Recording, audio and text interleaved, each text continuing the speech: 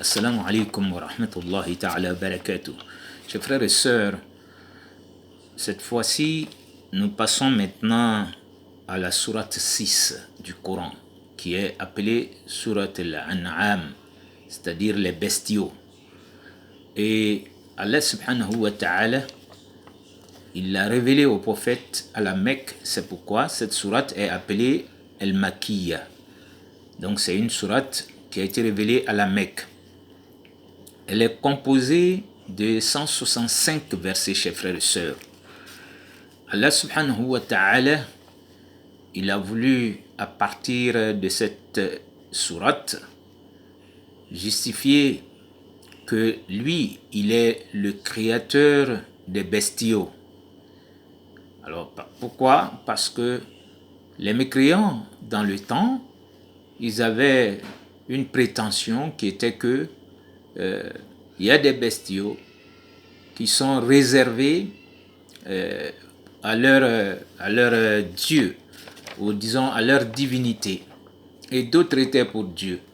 Par exemple, ils avaient fait de certains bestiaux des animaux qu'on ne devait pas monter parce que on les avait réservé ce privilège-là et on les dédiait à des idoles. Donc on ne doit pas les monter.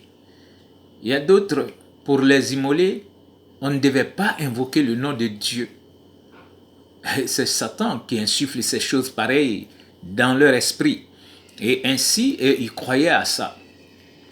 Alors, même les plantes, c'est-à-dire lorsqu'ils avaient fini de faire la moisson, alors quand ils avaient fini de récupérer les produits, ils partageaient en deux. Il y a une quantité qui était réservée à Dieu et une autre quantité était réservée à leurs idoles.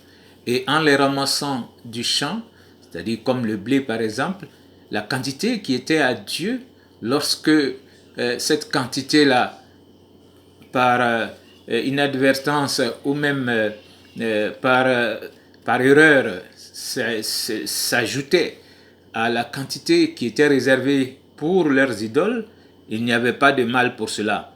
Mais lorsque la quantité qui était réservée pour leurs idoles arrivait à tomber sur la quantité qui était réservée à Dieu, alors on faisait tout de suite le distinguo, c'est-à-dire ils essayaient de prendre dans la quantité de Dieu pour encore rajouter à la quantité réservée aux idoles.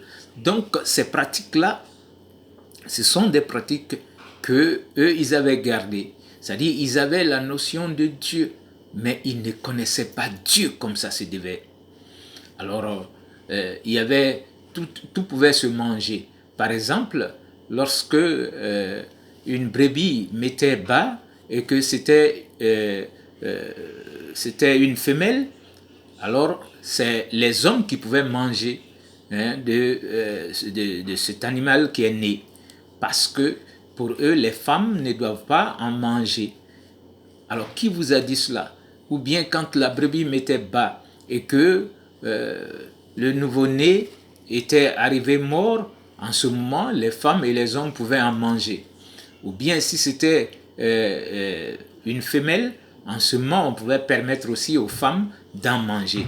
Mais si c'était un mâle, alors c'est les hommes uniquement qui devaient en manger.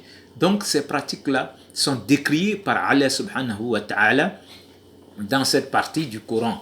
Et Allah subhanahu wa ta'ala, il a voulu qu'en le lisant, l'on puisse méditer au verset 162 de cette sourate, la sourate 6, au verset 162, Allah va dire قل إن صلاتي ونسكي ومحياي ومماتي لله رب العالمين لا شريك له وبذلك أمرت وأنا أول المسلمين, qui signifie ô Mohammed, dis-leur en vérité inna salati, ma prière, wa nusuki, ainsi que mes actes de dévotion, mes sacrifices, wa mahyaya, ma vie, wa mamati, et ma mort, lillahi rabbil alamin. Tout cela dépend de Dieu et tout cela doit être fait par la prescription de Dieu. Ma prière, ma dévotion, ma vie, ma mort dépendent d'Allah subhanahu wa ta'ala.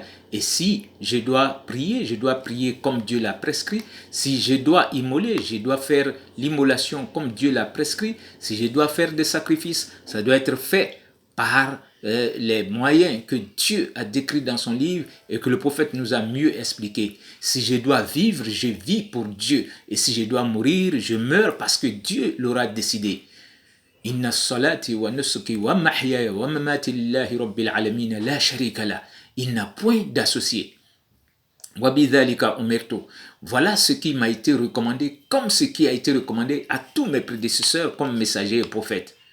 Wa bidhalika umirtu wa ana awwalul muslimin. Alors dis-leur Mohamed que je suis le premier des croyants. Donc qu'Allah nous aide à être des croyants.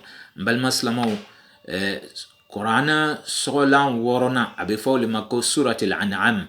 Suratul an'am mi fleni slama niya kalan ibeta ye akono ka fo kafirim nu tume makan a otunye ko shamanke uyereye ka kodo bu kunfe sitanam nu bu fe olu le bala chinya unyene u ba fo a ko nyome do be mote yelewka olu yele bu bo hakilati u be nyome do reke ka fo no bo kanatike ala togote fola donc ubita akefanani ni sagatu nana jigi wala ma misi tun jigila sagamso wala ma misi muso na jigila na denkela cheye otuma uba fako muso tseka o sogo do no beno den sugu ya faga ka don otuma nyakela cheye che udron e ba sogo do muso ta don na kela muso che ni muso be se ka don wala ma ni atrala ke kafo akela muso ye muso yere drompe le bo don fana ni atrala ke ko demi bola misi kono wala ma saka kono